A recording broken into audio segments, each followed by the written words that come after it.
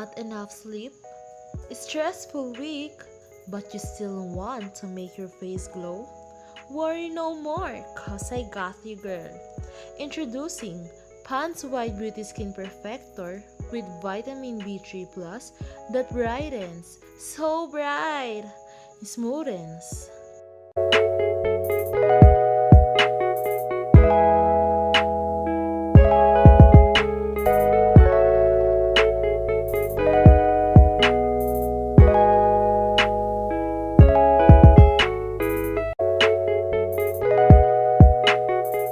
And gives natural, even-toned skin that'll last in a whole day. In just 3 minutes by putting this cream and it's done. Sa gandang parang naka-makeup, it's Pond's. So what are you waiting for? Grab it now. Pond's White Beauty Skin Perfector also available. Pond's White Beauty Sun Protect. This program is rated PG. It contains themes and scenes which may not be suitable for very young audiences. Parental guidance is advised. Welcome face-to-face class, said DepEd. Replacement of damaged learning materials due to Typhoon Ulysses. Los Angeles Lakers take home the victory. The cremation of Kaliwa Dam Project. Wesley Saw crushes the world champion. All boy band group BTS take home such awards last 2020 Mama Awards.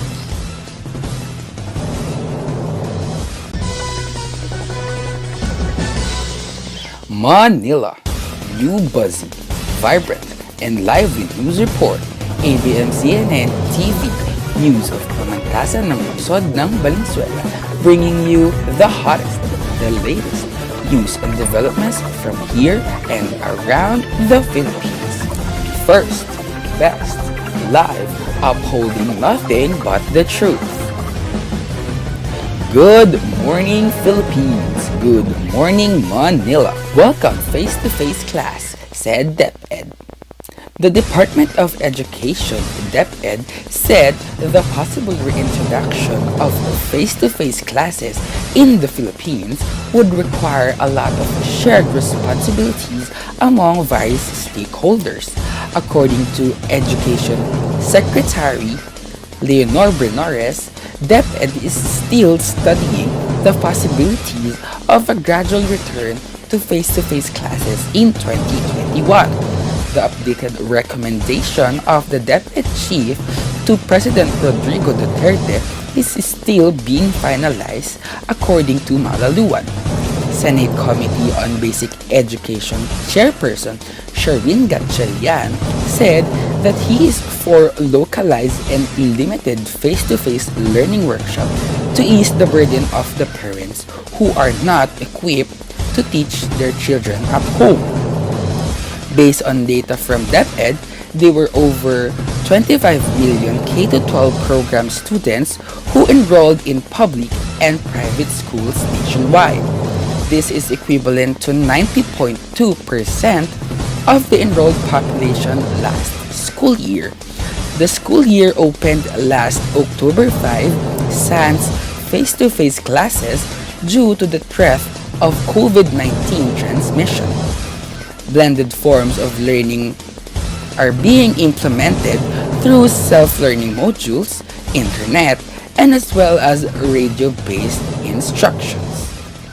Here are some insights of residents of Valenzuela City. Donna?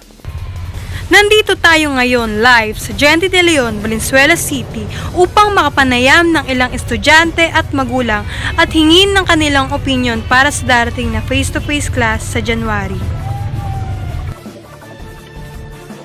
Ano pong masasabi nyo tungkol sa darating na face-to-face class kahit wala pa tayong bakuna para sa COVID-19?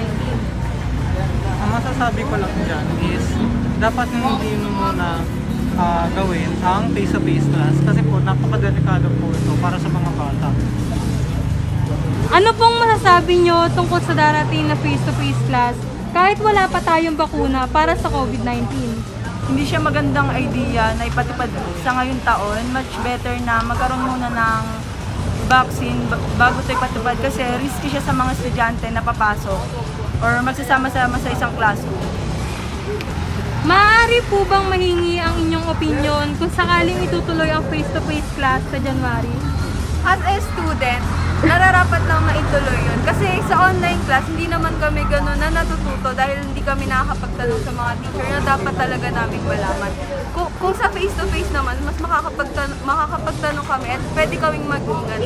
Ilan sa mga nakausap natin na iba ang saloobin at mayroong sang-ayon rin sa pagbabalik ng face-to-face class.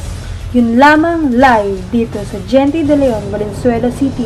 Muli ako si Donna ng ABM-CBN News Reporting.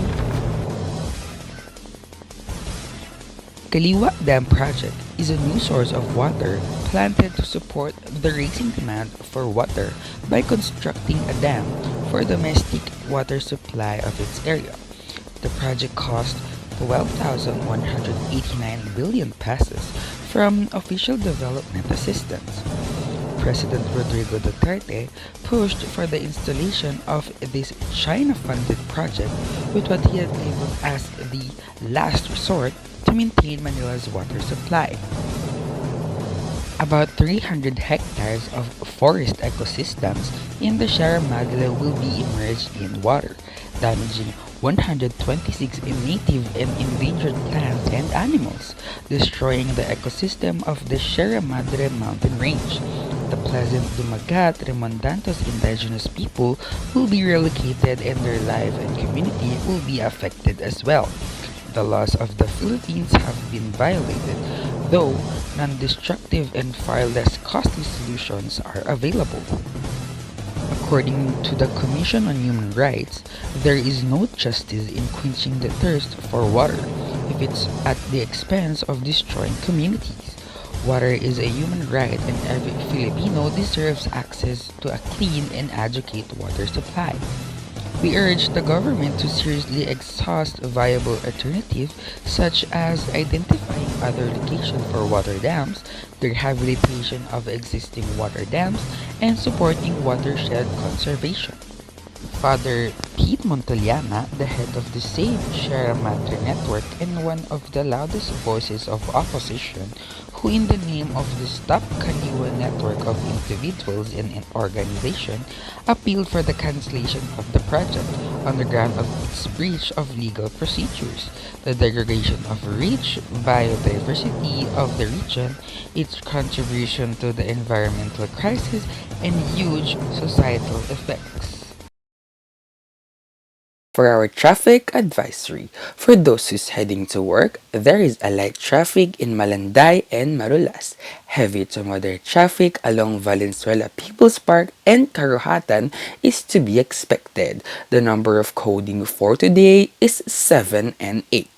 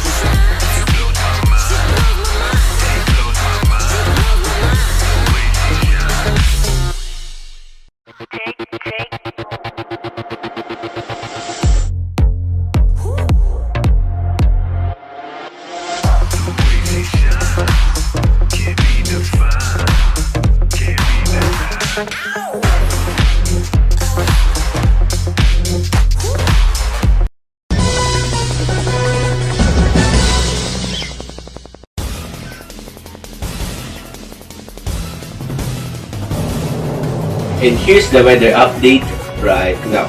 Typhoon Ulysses was now on 405 kilometers west of the Iba Zambales, and it maintains a wind force of 110 kilometers per hour near the center and 135 kilometers per hour gustiness of wind.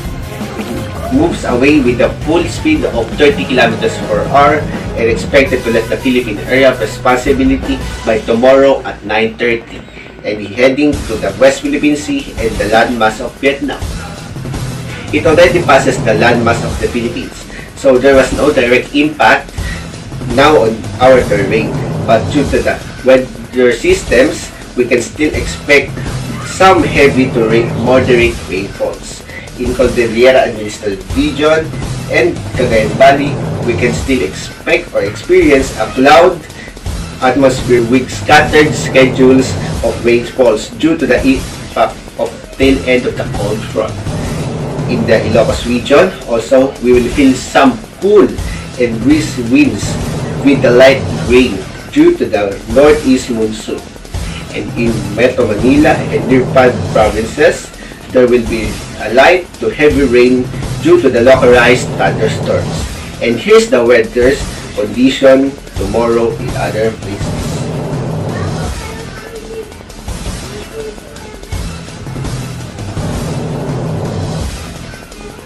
And a little trivia, did you know that our solar system is 25,800 light years away from the center of the black hole of our galaxy? According to the scientists in 1985, they found out that our sun revolves in the massive black hole, and they knew before that our solar system was 27,700 light years away. But because of the new technologies rises from our times, they found out the more precise distance. That's all for today, and I am Kenneth Benosa, your weather forecaster, ABM-CBN TV.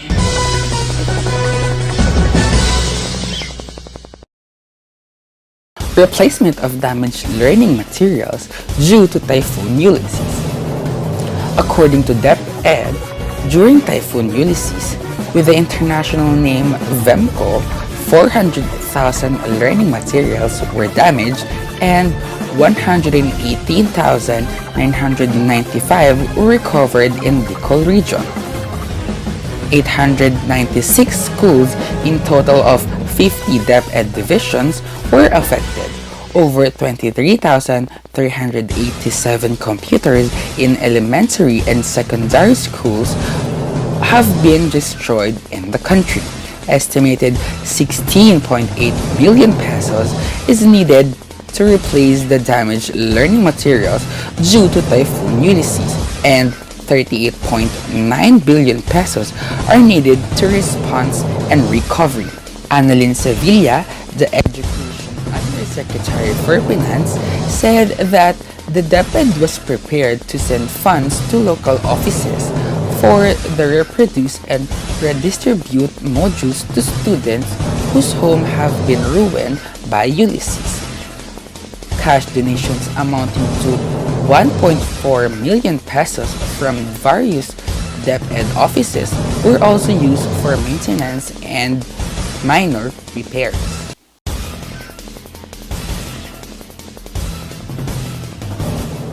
$106.93.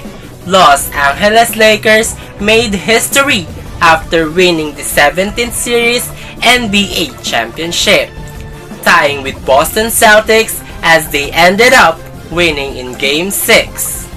The finals would be held in the bubble at the ESPN Walt World Sports Complex in Bay Lake, Florida, from September 30 until the 11th day of October. The Lakers will compete in the National Basketball Association as a member of the league's Western Conference Pacific Division that were initially set for June but was postponed in mid-March as the result of the COVID-19 pandemic. Wesley So grabs the $30,000 after winning the 2020 Skilling Open Challenge against the World Chess Champion Magnus Carlsen last November 30, 2020. A Filipino descent and now migrated American Super Grandmaster tells some preparations that he did for this awaited match.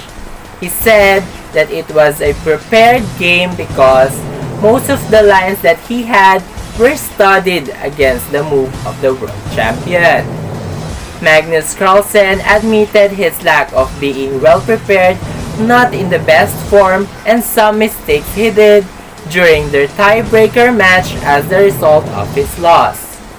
For Magnus, the win was deserved by Saul and rated him as one of the tactically alert chess players he played with. Wesley So is also the current fixture random world champion, another chess game variant, after winning last year against Carlsen also. There is a possibility that they will face again in the finals of the Speed Chess Championship organized by Chess.com.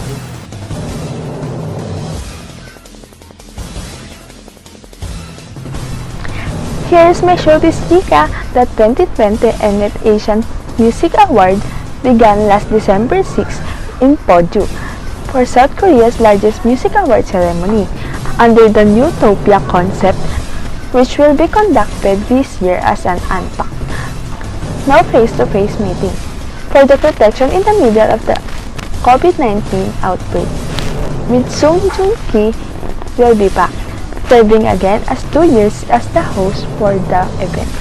One of the boy band groups that gained more awards is the BTS, also known as the Bangtan Boys. They won the Artist of the Year Award, Artist of the Year, Daesang Global Icon of the Year Award, Worldwide Icon of the Year, and the Best Male Group, Daesang Song of the Year Award, Best Dance Performance Male Group, and the Best Music Video for their song entitled Dynamite. They also won the Best Sung Album of the Year Award, Album of the Year, for their Dynamite BTS Map of the Soul 7 album.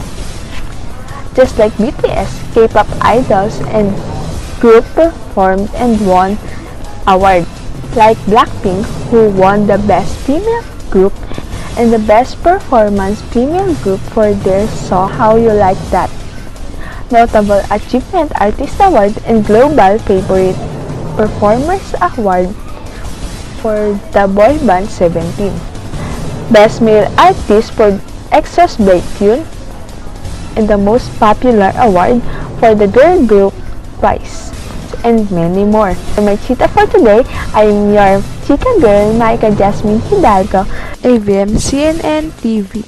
Back to you, Lian.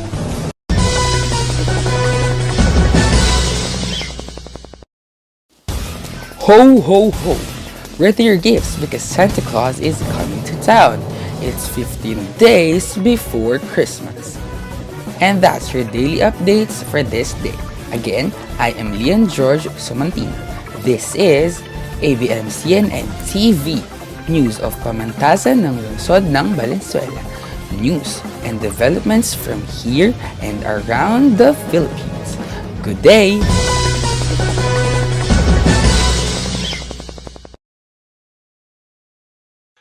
Sa panahon ngayon, we should be healthy. Kaya naman, hindi ko nakakalimutang mag-exercise everyday. At kasabay ng breakfast, ay umiinom ako ng favorite healthy drink ko, which is Energen, para tuloy-tuloy ang energy that lasts in a whole day. Energen contained milk, meron itong egg, filling cereals at essential vitamins na tumutulong kompletuhin ang nutrisyon at energy to make your day productive.